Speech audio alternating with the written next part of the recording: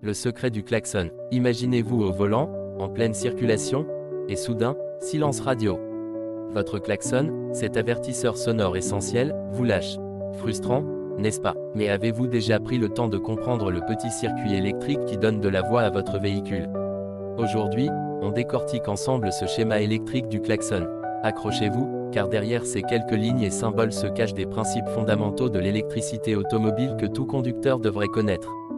Décryptage du schéma électrique. Regardons attentivement ce schéma. À première vue, il peut sembler un peu abstrait, mais ne vous inquiétez pas, on va le rendre limpide. On y distingue plusieurs éléments clés, chacun jouant un rôle précis dans le fonctionnement de votre klaxon. La batterie BAT, le cœur énergétique.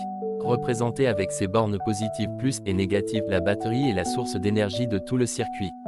Elle fournit le courant électrique nécessaire pour faire fonctionner le klaxon. La flèche rouge indique le sens conventionnel du courant, allant du pôle positif vers le pôle négatif. Le contacteur bouton du klaxon, l'interrupteur décisif.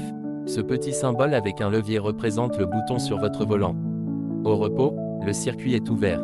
Lorsque vous appuyez sur le klaxon, vous fermez ce circuit, permettant au courant de circuler.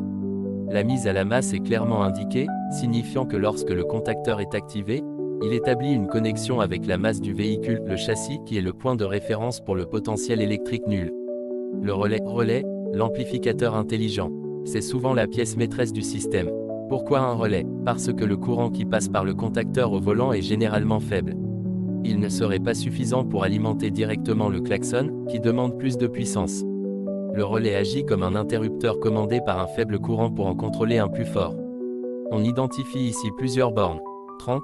L'arrivée de la puissance.